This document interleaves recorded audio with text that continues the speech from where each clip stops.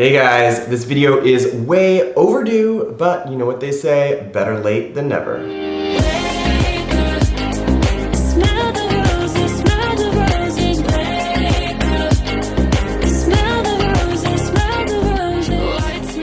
This is my old aloe vera plant, and honestly, I haven't done much with it over the years, except maybe repot it a handful of times. This current situation is frankly all wrong. This pot is far too big, and the roots are overgrown. I need to deal with them and the stem, and honestly get this aloe vera back into tip-top shape. In this video, I'm going to be covering all of the crucial care tips you need to know, as well as how to maintain your aloe vera, especially when it gets overgrown like this. So I've had this plant since 2016, so it's very old to me. And because I'm a complete weirdo, I actually went on iCloud and found photos of this plant from back in 2017 and back in 2018. So I want to share those photos with you guys now. Anyways, since moving into this place a while back, I knew that I needed to repot my aloe vera, and at the time I only had this pot, yada yada yada. Anyways, so this is where it's ended up, and now I need to take care of business. Aloe vera love to be root bound, so this definitely is not an ideal situation. As this plant has grown and matured over time, as you can see now, it's not really sitting right in the pot. And these are things that we can maintain and manage, and I'm gonna show you all of that. But first, let's cover the basic crucial care tips that you need to know and all of those conditions for aloe vera as a houseplant. Thanks for checking out this video. I'm Tyler, and if you like what you're seeing or you find this video to be useful, don't forget to give it a thumbs up, or better yet, you can subscribe to my channel. Now, I've recently started vlogging, and there are a couple of videos already up on my channel, so you'll have to check those out.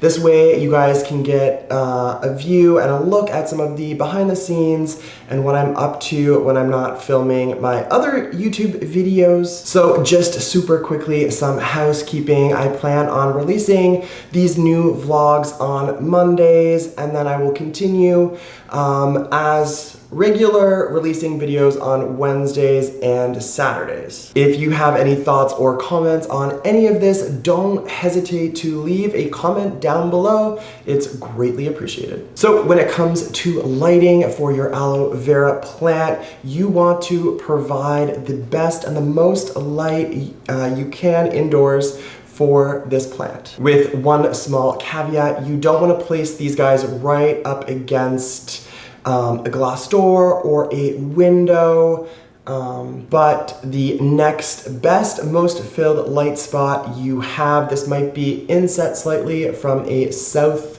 facing window or that kind of thing. You're only going to want to water your aloe vera when it's completely dried out.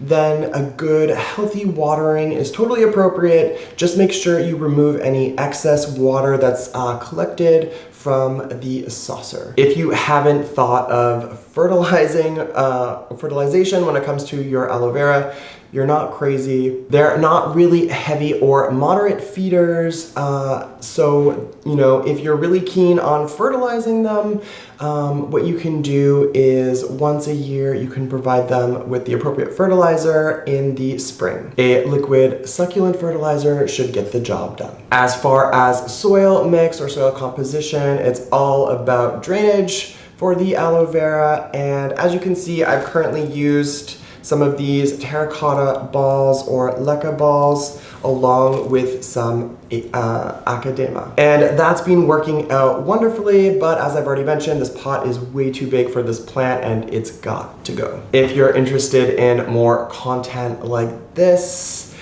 give this video a thumbs up or leave a comment down below. To really show me some love, click the bell for alerts and notifications for future content. All right guys, check out all of these crazy roots on my aloe vera. So as I alluded to earlier, I have a really long neck on this plant as it's grown and you remove these dead guys, this is, you know, what you end up getting over time, and it just makes it super awkward sitting in the pot. So basically, when you're dealing with this situation, you have one of two choices. The first option is to leave a few 3 or 4 inches of the neck and then basically cut above the roots. And this is potentially a really good option if you're doing this in early spring or at the beginning of your growing season, because the plant will have time to grow and develop new, really healthy roots. However, for me, it's late August now, so that's not really the ideal situation, especially with a lot of new root growth on this plant. So what I'm going to do is repot this and try to position it in a way where the neck is below the soil mix, and this way hopefully there's new root development and root growth, and then in spring I can take a look again and potentially remove any dead roots at the base or at the bottom. All right, so I did go ahead and remove some of the tough, dried out you know, left over from the foliage.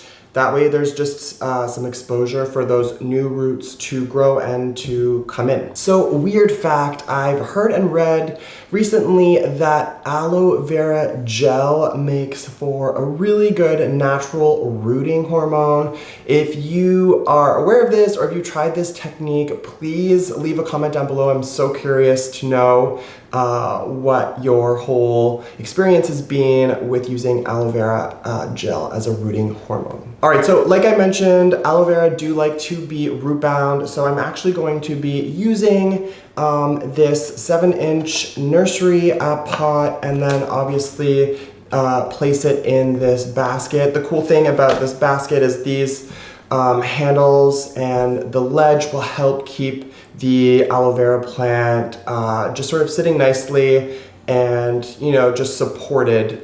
So that should work out great. Now let's see if my plan will work by just keeping the entire neck in the pot, this nursery pot. So let's see here if this is gonna work or not. I think it should. All right, so that's pretty sweet actually, that this will now sit, the neck will sit below the surface and it will just be perched really nicely in this new smaller nursery pot. So I'm gonna go ahead and add the leca and the academa back into this. So give me a quick second, I'll be right back.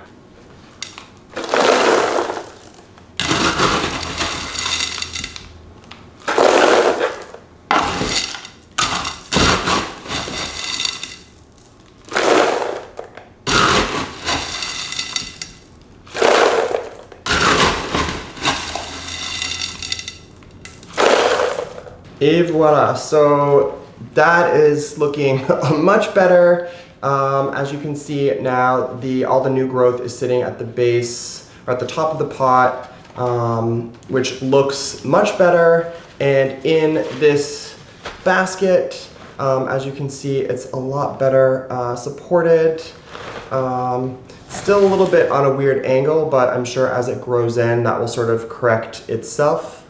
So now I'm going to find a nice sunny spot for this, close to a south-facing window.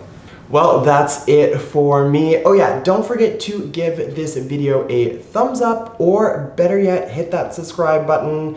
Miss you guys already. Until the next one.